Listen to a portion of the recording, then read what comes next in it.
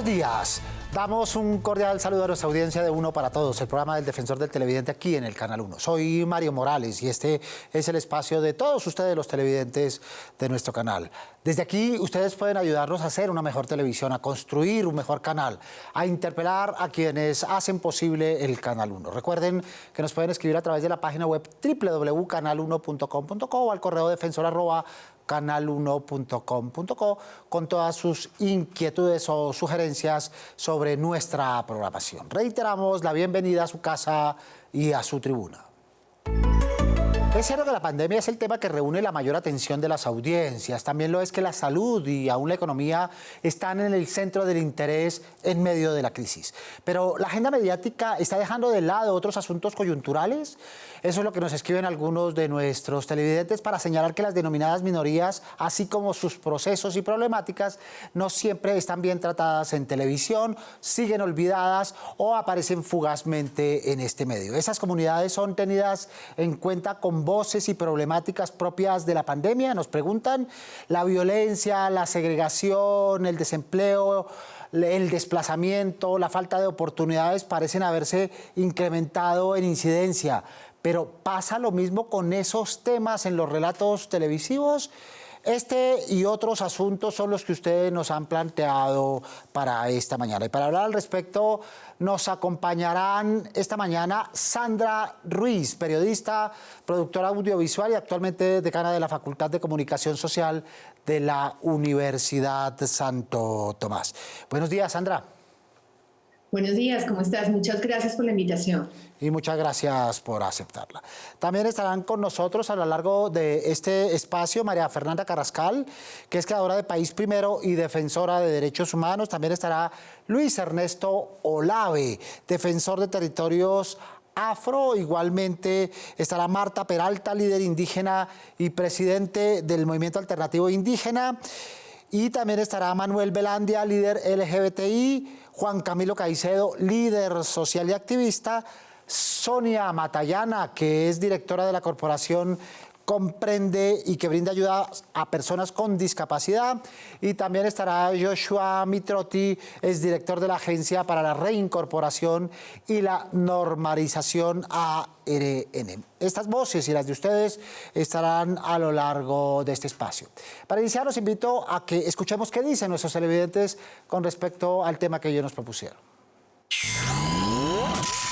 El Estado, a través de los canales institucionales, debe abrir espacios equilibrados para que todos los sectores, mediante la Constitución, participen en este sector. Este sector es fundamental, no solamente las minorías, las personas con discapacidad, las personas que hacen parte de la sociedad deben ser escuchadas. En primera instancia, tenerlos en cuenta, que es el primer paso, dar la oportunidad de expresión.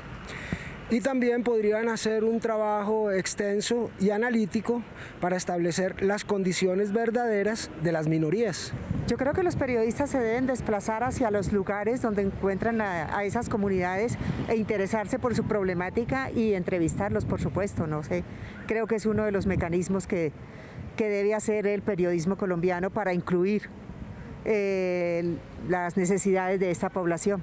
Habría un espacio de donde se den unas discusiones tanto como con los medios como con la gente más necesitada, afrodescendientes, indígenas, negros, raizales, campesinos. ¿Por qué? Porque nosotros los campesinos tenemos muchas necesidades y nosotros no tenemos un medio de comunicación donde nosotros podamos expresar nuestras necesidades. Expresar las necesidades, medio de expresión. ¿Es ajustado, Sandra, el diagnóstico de quienes han intervenido hasta el momento en nuestro espacio?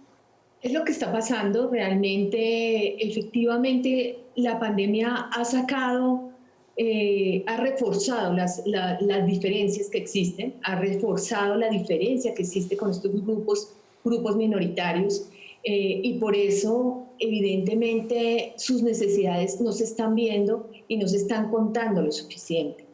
Sin embargo, ahí hay que empezar a pensar cómo deberían estar preparados no solamente los medios, digamos los grandes medios, sino también los medios comunitarios para trabajar en llave, y es ahí donde creo que podría estar un poco la clave de cómo visibilizar a las personas de los grupos minoritarios, y cómo visibilizar las problemáticas que se están viviendo en este momento y que ha resaltado la pandemia.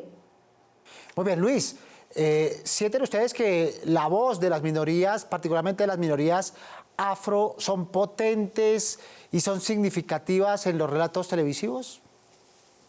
Realmente no podríamos decir que hay un respaldo desde los medios de comunicación convencionales o los más conocidos para dar a conocer la voz y la problemática de los pueblos afro, de la comunidad afro, los territorios afro.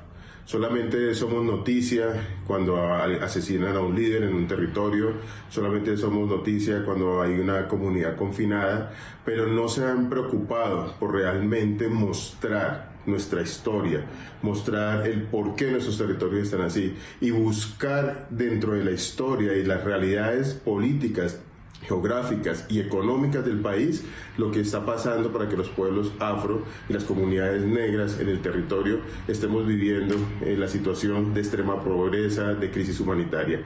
En ese punto está el abandono, no se busca la forma de visibilizar nuestra voz desde el territorio, solamente cuando somos víctimas, pero se olvidan que también hemos aportado al desarrollo y a la construcción de este país. María Fernanda Carrascal, hablando de defensores y defensoras de derechos humanos, ¿cómo puede la televisión visibilizar a esta población que está en riesgo además? De dos maneras. La primera es que se creen espacios en los cuales se puedan contar las historias de los líderes, lideresas, defensores, defensoras de derechos humanos, activistas, desde sus territorios, su quehacer, sus luchas, sus causas. Y cuando hablo de los territorios, hablo tanto de los territorios urbanos como de los territorios rurales donde se desarrollan sus actividades. La segunda manera es no revictimizándolos cuando se cuentan noticias trágicas sobre sus amenazas, y lamentablemente cuando los asesinan parece ser que es la única manera en la que son visibilizadas sus causas, pero creo que se hace de una manera muy superficial. No hay un periodismo investigativo que realmente reivindique sus luchas, no solo a ellos sino también a sus comunidades. Entonces, al final de cuentas, la manera en la que la televisión puede aportar es visibilizándolos de una manera respetuosa, pero también de una manera profunda, de una manera reflexiva, acercándose a ellos, a ellas y a sus comunidades. Es muy, pero muy importante que los visibilicemos desde donde podamos, y la televisión tiene un poder muy grande para hacer esto, porque de eso hace parte justamente que estén de alguna manera blindados. Muy bien, blindados. Entonces, ¿qué propuestas, hecho ese diagnóstico, harías tú, María Fernanda, a los medios de comunicación? Yo a los medios de comunicación les propondría que tengan espacios o secciones en las cuales le puedan dar visibilidad y voz, realmente voz, no hablar por ellos, a los líderes, a las lideresas, defensores y defensoras de derechos humanos en diferentes partes del país, que tengan un espacio para ellos, para sus causas. Muy bien, voz por un lado. Por otro lado, no una narrativa, Sandra, reactiva, es decir, cuando sucede algo, sino que además los temas tengan el propósito de poner de relieve el origen de los contenidos por parte de esas mismas comunidades. Sandra. Sí, efectivamente, yo creo que es muy importante que las personas tengan la oportunidad de contar sus propias historias. Y ahí es donde creo que debe generarse un cambio en todo el sistema de comunicación. Debe empezarse a trabajar en llave con la misma comunidad para la producción de información, para contar historias que se vean, que sean reales, porque cuando las historias se cuentan desde personas externas, desde afuera, muchas veces no se habla realmente de la naturaleza, de la realidad, de la identidad de estas comunidades. y parte de respetar su humanidad y parte de respetar la realidad de las comunidades es entenderlos desde sus propias narrativas. De ahí que sí me parezca muy importante que las comunidades empiecen a apoderarse de los medios de comunicación. En este momento es mucho más fácil tener un medio. Estamos hablando de los medios alternativos, de la red de medios alternativos que se puede generar, pero también digamos que los medios comerciales deberían empezar a trabajar de tú a tú con los medios alternativos, porque finalmente son ellos quienes pueden tener una gran cantidad de historias y de contenidos realmente interesantes que puedan visibilizarlos. Y que se evidencia particularmente en comunidades como la comunidad indígena en las diferentes regiones. A ese propósito le preguntamos a Marta Peralta, quien saludamos e integramos a esta conversación, para que nos ayude a entender cómo ha sido el proceso que ha vivido la comunidad con sus implicaciones en medio de la pandemia. Bueno, ha sido una situación bastante difícil porque si antes de pandemia no llegaban los medios de comunicación a nuestros territorios, a nuestras regiones, ahora en pandemia peor, ¿sí? A nosotros nos ha tocado valernos de estrategias propias para poder comunicar la realidad y la situación que han estado viviendo nuestras comunidades de total abandono, de total, digamos, de total necesidad, y ahí no han estado los medios para apoyarnos a transmitirlo y que el país conozca la realidad. Curiosa, paradójica y tristemente no hay un trabajo consistente para ver, por ejemplo, los efectos en contagio, tratamiento, seguimiento, curación y recuperación de la comunidad indígena en medio del COVID-19. Sí, efectivamente, el problema de trazabilidad, y eso lo hablábamos el otro día con un grupo de periodistas, y es el no poder generar informaciones más allá de las noticiosas, informaciones que te den trazabilidad de qué está pasando con las diferentes realidades del país, con los diferentes grupos del país. Y esto sí que ha pasado con el tema de los indígenas, porque siempre los indígenas sistemáticamente, si uno hace un análisis de discurso de los medios, se va a encontrar justamente con eso. Cuando hay una manifestación, cuando hay una protesta, cuando los matan, entonces, y no se sigue el proceso y no se sigue conociendo qué va a pasar. Recuerdo que justamente en marzo, cuando arranca la pandemia, los indígenas se unieron para solicitar, especialmente en zonas como Cauca, Nariño, Chocó y Antioquia, para solicitar a los actores del conflicto que pararan el conflicto para que ellos pudieran tener manejo de la pandemia, del coronavirus, de cómo iban a manejar esta realidad. Y es muy difícil comunicarse porque digamos que el acceso cuando hablamos ahora de medios comunitarios, el acceso a medios comunitarios tampoco es tan fácil, y tampoco es tan fácil el acceso a redes. Nosotros en este momento estamos trabajando con una comunidad en Caldono, Cauca, y nos comunicamos cada 15 días por un computador en el sitio, y se reúnen todos en el sitio, en el único sitio donde entra internet en el sector, y así hemos podido trabajar con ellos, generándoles herramientas de comunicación para que ellos mismos generen sus productos de comunicación, porque sí que es muy difícil tener acceso a quienes están produciendo información en este momento, es decir, a los periodistas y a los grandes medios es muy difícil tener acceso. Solo se conocen cifras, por ejemplo, del grado de afectación y mortalidad de algunas de sus voces más destacadas, que ya pasan del centenar de muertos, triste y lamentablemente, pero nos quedamos en esa cifra sin otro contexto. Escuchemos a nuestros televidentes que ya levantan la mano para preguntar. Hola, mi nombre es Nasli y mi pregunta para el defensor del televidente es ¿por qué en televisión no existen programas dedicados especialmente a hablar sobre los procesos que se realizan con los discapacitados, los grupos indígenas, entre otros? Muy bien, es parte de la pregunta que estamos tratando de desentrañar a lo largo de toda esta semana. Tú has tocado otra comunidad a la cual nos referiremos más adelante en esta idea de preguntarnos y ojalá encontrar respuestas y respuestas reales para que existan programas, franjas dedicadas a las minorías, cada una en particular o por lo menos en su conjunto, para entrever necesidades comunes. Manuel, Vamos contigo con el saludo correspondiente esta mañana. ¿Cómo vemos el tratamiento de los medios de comunicación en temas relacionados con la comunidad LGTBI? Yo creo que las personas sí buscan acercarse a los medios masivos de comunicación y los medios se han acercado a las personas. Tenemos presentadores que son homosexuales, tenemos alguna lesbiana, alguna persona bisexual, pero no hay un acercamiento real, una aceptación de las personas, a veces en los seriados de televisión o temas así. Pero nosotros, además, por ejemplo, yo soy homosexual, soy artista, soy investigador, tengo 2 doctorados, pero a nosotros no nos contemplan desde otras ópticas.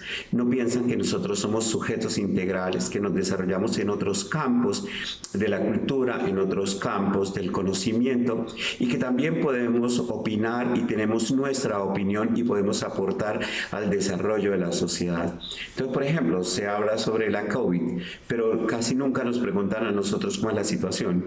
Yo, por ejemplo, que tengo un doctorado en enfermería y cultura de los cuidados, podría hablar del cuidado de las personas, pero no se nos tiene en cuenta. Solo, por ejemplo, para mencionar muy sucintamente asesinatos, por ejemplo, de la comunidad trans. ¿Cómo ha sido el tratamiento en este sentido? En general, los casos de las víctimas de los sectores LGTBI en estos tiempos de la pandemia se han anunciado en los medios, pero no se han anunciado, por ejemplo, como haciendo un seguimiento de los casos. Es notorio el maltrato por miembros de la policía, no solo en Bogotá, sino en otras ciudades del país, también los asesinatos. Sin embargo, muchas veces las imágenes no son las más apropiadas, hay una tendencia amarillista al manejo de este tema y por otro lado, casi nunca se hace seguimiento, porque la policía siempre dice, vamos a investigar, vamos a sancionar, pero nunca se mira si realmente se sanciona. Y yo creo que una noticia debería ser integral y debería tener el seguimiento que merece este tipo de vulneración de derechos humanos. Recuerden que nos pueden escribir a través del correo defensor@canal1.com.co con sugerencias o inquietudes sobre nuestra programación. Veamos nuestra primera tribuna esta mañana. Que tenga más un sentido, sea más consciente de que las minorías tienen derecho a opinar, a estar en contacto con la demás, los de medios, que tengan más apoyo también del gobierno, de que no sea solo Bogotá, sino que sea a nivel país. Yo creería que escucharlos un poco más, darles más prioridad, pues con respecto a lo que estamos viviendo en esta pandemia. Sería muy bueno escucharlos más, darles como más enfoque a ellos. Como llevarlos a las cámaras y también preguntar por sus necesidades, por sus cosas, por tantas, digamos, molestias que hay con ellos, porque pues casi no se nombran, en un noticiero casi nunca nombran a las minorías. Y lo que no se nombra no existe, tristemente. Incluyamos ahora a Juan Camilo para hablar sobre la relación de los medios de comunicación y lo que narran y cuentan sobre los líderes sociales. Escuchemos. Lo primero es que considero que de un tiempo para acá los medios de comunicación masivos en general han tergiversado un poco la forma como hacen el cubrimiento de los diferentes hechos políticos, sociales y que generan noticias sobre los líderes sociales, así como excombatientes y en general en torno a todas las situaciones y connotaciones sociopolíticas que hay en el país, por lo cual se le pide a los medios de comunicación que haya más responsabilidad en el momento de hacer un cubrimiento, así como también que cese y se acabe la estigmatización que algunos medios de comunicación han generado hacia los líderes sociales. ¿Y cuáles son los factores, Juan, que inciden en esa estigmatización o en esa forma de narrar de los medios de comunicación? Se ha perdido la sensibilización desde los medios de comunicación hacia el televidente, hacia esa audiencia. Es decir, lanzan el material y las notas en bruto le llega a la audiencia, pero como que no hay una conexión. La gente no se pregunta por qué están matando a los líderes sociales, cuál es la labor de los líderes sociales. Hay que buscar el canal y el mecanismo de que los medios de comunicación puedan despertar en su audiencia el porqué de esos hechos negativos que afectan a los líderes sociales, a los excombatientes. Y particularmente también a las personas que han optado por hacer reinserción social. A ese propósito, Joshua Mitrotti, le preguntamos, ¿cómo ha sido el tratamiento con los reinsertados? Los medios de comunicación han manejado el tema de los reinsertados de forma distante. Creo que ha habido una participación más de la extinta guerrilla de las FARC, particularmente mandos altos, muy concentrado en hombres, poca participación de mujeres, poca participación de excombatientes rasos. Y sin duda alguna, excombatientes como de los paramilitares o del ELN han tenido muy poca participación. En los 90, los excombatientes del M-19, del EPL, del Quintín Lame, tuvieron una mayor representación y una mayor participación en los medios de comunicación.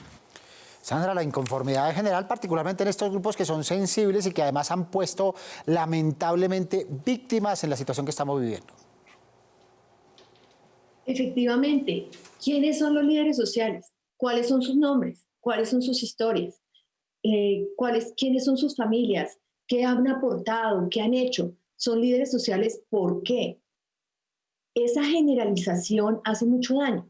Se habla de líderes sociales, pero claro, hay líderes sociales, algunos están apoyando a su comunidad, otros líderes sociales están apoyando causas, por ejemplo, ecológicas, otros líderes sociales representan excombatientes, pero en general la noticia es líder social, un líder social asesinado, un líder social perseguido.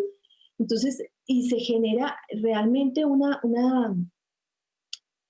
narrativa de pánico y de estigmatización frente a un grupo de personas que están luchando por sacar el país adelante. Por eso son líderes, y por eso son líderes de su sociedad. Hay que entender qué significa ser líder social, qué implica ser líder social, qué valentías implica ser líder social. Yo creo que muchos de los colombianos no entienden bien cuál es el papel de esos importantísimos actores sociales de nuestro país y por qué es tan grave lo que está pasando y por qué es tan grave invisibilizarlos bajo un rótulo y no bajo un nombre propio, con un apellido propio, con una historia propia, con una familia, con una tradición, con unas costumbres, con una identidad. Muy bien, recuerden los operadores por los que ustedes pueden sintonizar este y los demás programas del Canal 1. Su opinión es muy importante para nosotros. Recuerden que nos pueden escribir a través del correo defensor@canal1.com.co. Veamos los correos que ustedes nos han hecho llegar recientemente. Xiomara, buenos días. Buenos días, Mario, a usted, a los televidentes y a los invitados que nos acompañan el día de hoy. Nuestro primer correo nos dice: mi familia comenzó a ver Mujer, terminaron la temporada y no la han retomado. Nos escribe Daniela Huasca. La misma inquietud tiene con Valor de Familia la televidente Adriana Cuellar. La misma inquietud tiene con Verdades Secretas el televidente Julio Flores. Muy bien, son narrativas, como lo hemos explicado ya varias veces, que vienen por temporadas, que quedan en punta, que forman parte de una serie y que el canal está en proceso de contratación, está en la parte comercial. Una vez las tengan con ellos y las negociaciones se lleven a feliz término, las volveremos a tener en pantalla. Xiomara. Nuestro segundo correo nos dice: hola, me gustaría que volvieran a colocar la WWE todos los sábados a las 6 de la noche y felicitaciones por los 3 años que llevan. Nos escribe Jairo Uribe. Yair, gracias por la felicitación. Contesta Ana María Olaya.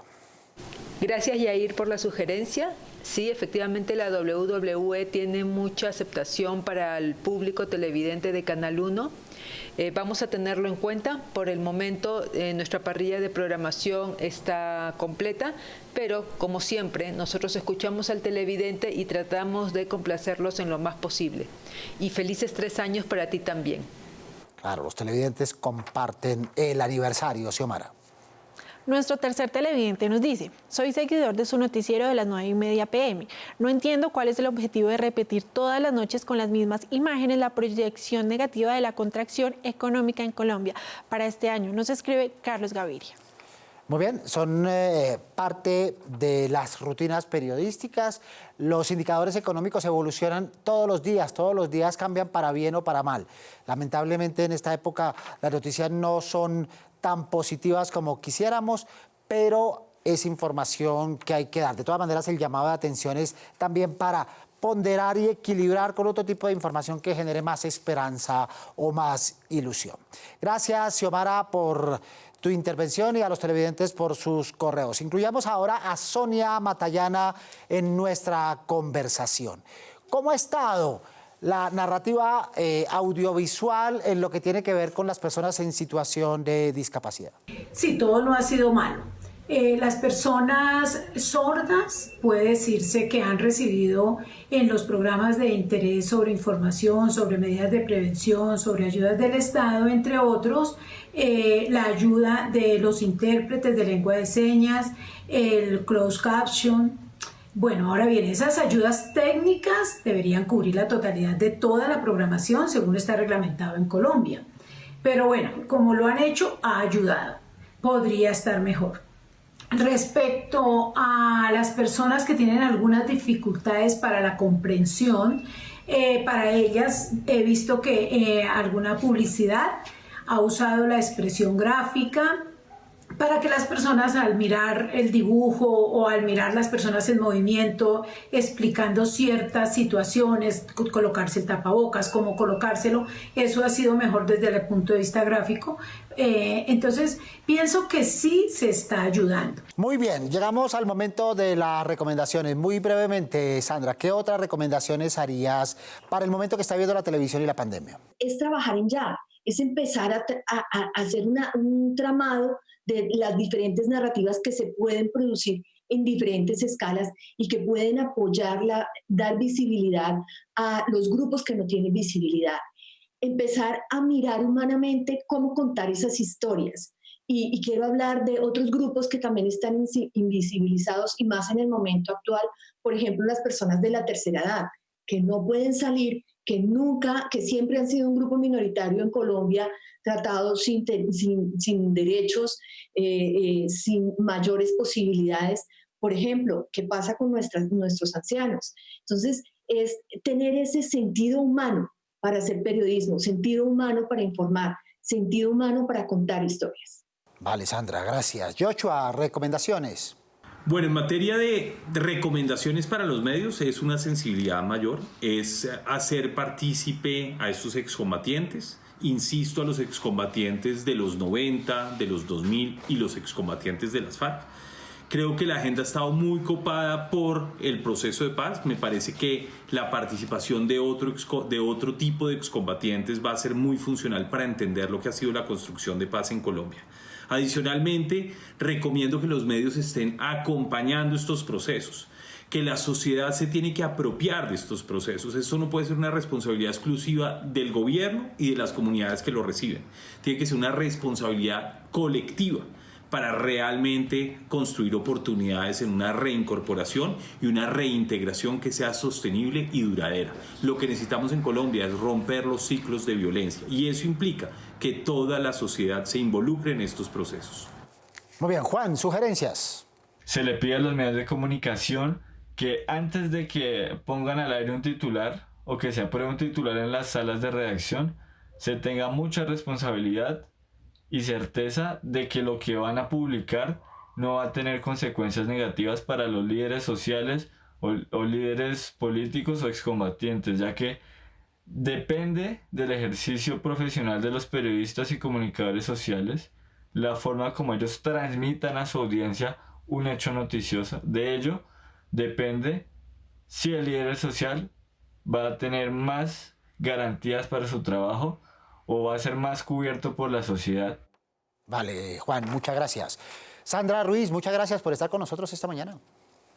Muchas gracias por la invitación y cuando se necesite hablar de todos estos temas, pues a la orden.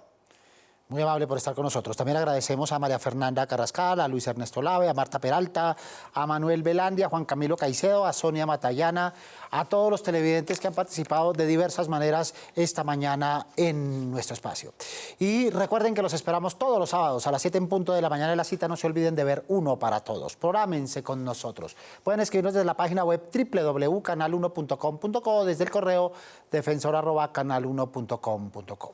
Aquí escucharemos sus quejas quejas o sugerencias sobre nuestra programación. Porque con ustedes somos uno para todos. Soy Mario Morales, defensor del televidente del Canal 1. Nos vemos el próximo sábado, Dios mediante. Feliz fin de semana.